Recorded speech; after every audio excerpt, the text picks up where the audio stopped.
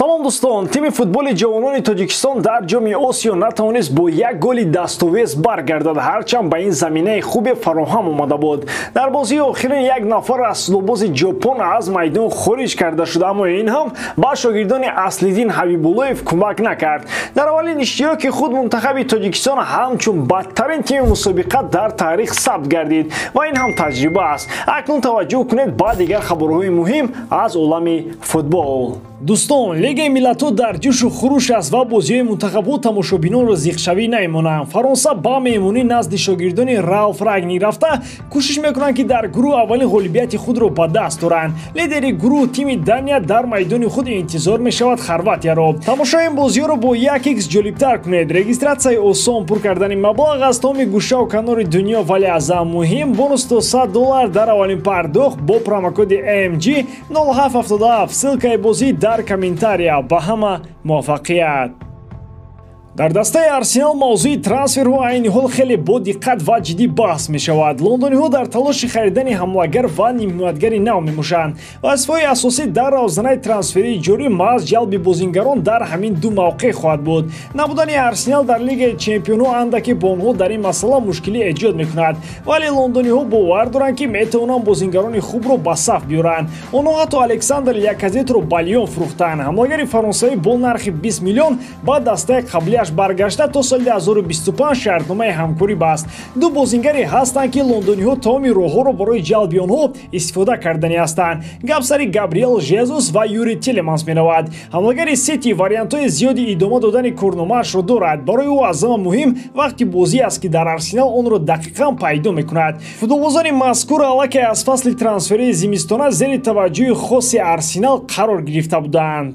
Ба Жезус ваъда доданд ки агар ба Арсенал гузарад, бозингари асосӣ дар хатти ҳуҷум хоҳад шуд. Манчестер Сити муқобили фурӯхтани ӯ нахоҳад шуд.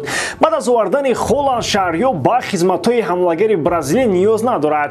Юри Тилеманс бошад шартномаашро бо дастаи Лестер тамдид накард. Рафтани ӯ аз ҳайати рӯбоҳон ҳақиқате ҳаст ки танҳо вақтро талаб мекунад. Барои ҷалби ӯ ҳам Арсенал моҳҳо аст ки кор карда истодааст. Гузашта аз ин, дар бораи гузариши Дарвин Нунес чанд хабар ҳастанд. Мухлисони Арсенал бар он ҳастанд ки ҳамлагари Бенфика наздик аст ба Манчестер Юнайтед равад. Норозигии тарафдорони Арсенал он аст ки МЮ ҳам дар Лигаи Чемпионҳо нест, вале онҳо метавонанд чунин бозингаронро ҷалб созанд. Чаро мо наметавонем? Мухлисони Арсенал бояд ором бошанд. Нунес Ливерпулро интихоб хоҳад кард. Лондониҳо бояд танҳо аз паси шикори худ бошанд. Ҳамчунин варианти харидани Стерлингам аз Сити дида мешавад. ӯ як соли дигар шартнома дорад ва Манчестер метавонад ӯро бемалол фурӯшад. Лео Месси актёр ҳам шуд. Ҳозир ҳамаашро мефаҳмонам. Дар кишвари Аргентина айни ҳол силсилафилми Лос Протекторос хеле машҳур аст. Онро тақрибан дар ҳар хонавода ҳадди ақал як кас тамошо мекунад.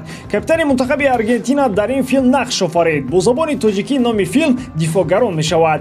Месси дар ин филм дар нақши худаш пайдо мешавад. ӯ ягон персонажи дигар надошта роли Мессиро бозид. Мухлисони бозингари аргентинӣ Мессиро дар экранҳои бузурги кино соли 2023 метавонанд тамошо кунанд. Филм дар маконҳои гуногун сабт шуд. Яке аз ҷойҳои асосӣ Буэнос Айрес буд. Тамоми ҳайати ҳунармандон ва коргарони навбардорон аз Месси дар ҳайратанд. Сухан аз бораи шахсияти Месси нест. Гап дар бораи маҳоратҳои актёрии Месси меравад. ӯ худро дар ин ҷода хеле хуб нишон дод.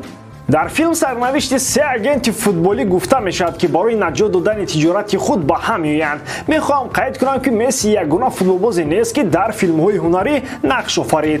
Дар олами футбол шумораи хеле зиёди футболбозоне ҳастанд ки баъд аз футбол ба касби актёрӣ рафтаанд. Баъзеашон дар замони футболбоз буданашон дар филмҳои бузургтарин нақш офариданд. Зидан, Роналдо, Фиго ва дигар историяҳои Реал дар чанд эпизоди филми Гол пайдо шуда буданд. Ҷабриэл Сисе дар филми такси нақш офарида буд. Дӯстон, канали Утка Геймс аллакай барои шумо ставкаҳои ройгон омода кардааст. Дар ин канал ҳар рӯз прогнозҳои гуногун партофта мешавад. Мехоҳам ҳаминро қайд кунам ки аз рӯи ставкаҳои пешниҳод кардаи онҳо нафарони зиёд маблағи худро 2 баробар бештар карданд. Яъне агар шумо дар киссаи худ 1000 рубл дошта бошед, барои 2 баробар бештар кардани он танҳо ба прогнозҳои бачаҳои Утка Геймс такя кунед. Бачаҳо аз Утка Геймс дар ҳақиқат прогнозҳои хуб медиҳанд ва эҳтимоли ғолиб шудани шумо хеле зиёд аст. Ссилкаи телеграм канали Утка Геймс дар комментария дароед ва пул кор кунед.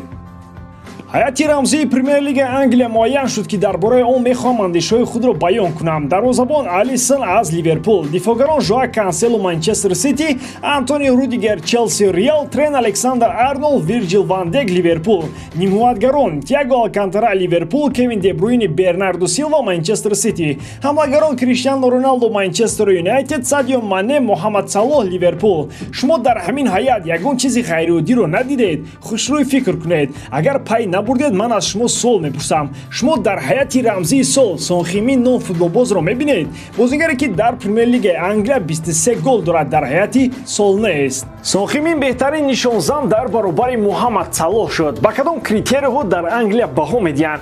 Агар дар футбол барои натиҷа аз ҳам муҳим гол бошад, пас марҳамат 23 голи сон нахуд кам бошад. Инам дар ҳолест ки футболбози кореягӣ 23 голро аз ҷараёни бозӣ зад. Ягон голи ӯ аз пеналти набуд. Агар шумо рӯзи душвор дошта бошед, пас ба хотир оред ки сон бо 23 гол ба ҳайати рамзии сол дар Англия ворид нашуд. Мунтахаби Эквадор ба ҷоми ҷаҳонро хат гирифта буд. Кулли мардуми ин кишвар ҷашн дошт. Эквадориё аллакай омода буданд ки чипта харида ба Қатар гурӯҳ сафар намоянд. Дар ин кишвар ба мисли дигар мамлакатҳои Амрикои Ҷанубӣ футбол варзиши рақами 1 мебошад.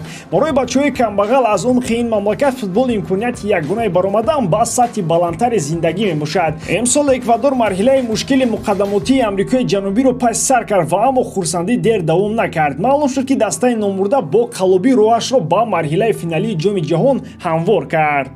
тавре маълум шуд дар ҳайати мунтахаби Эквадор дифоъгаре аз Колумбия бозӣ мекардааст. Номаш Кастильо бо ҳуҷҷатҳои қалбақӣ дар мунтахаби Эквадор бозӣ дошт. фифа тафтишот гузаронда тасдиқи ин гумонҳоро пайдо кард.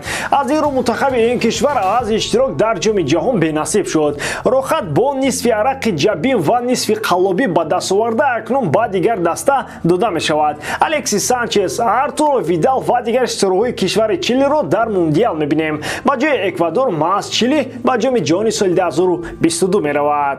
ба ин тамом. бори дорам ки ҷодкории ман ба шумо писанд меояд. лайк, комментария ва дар канал наждаро аз ёд набароред. бо шумо мисли ҳар вақта Муҳаммад Гайров. хай бародарон, дар паноҳи Аллоҳ.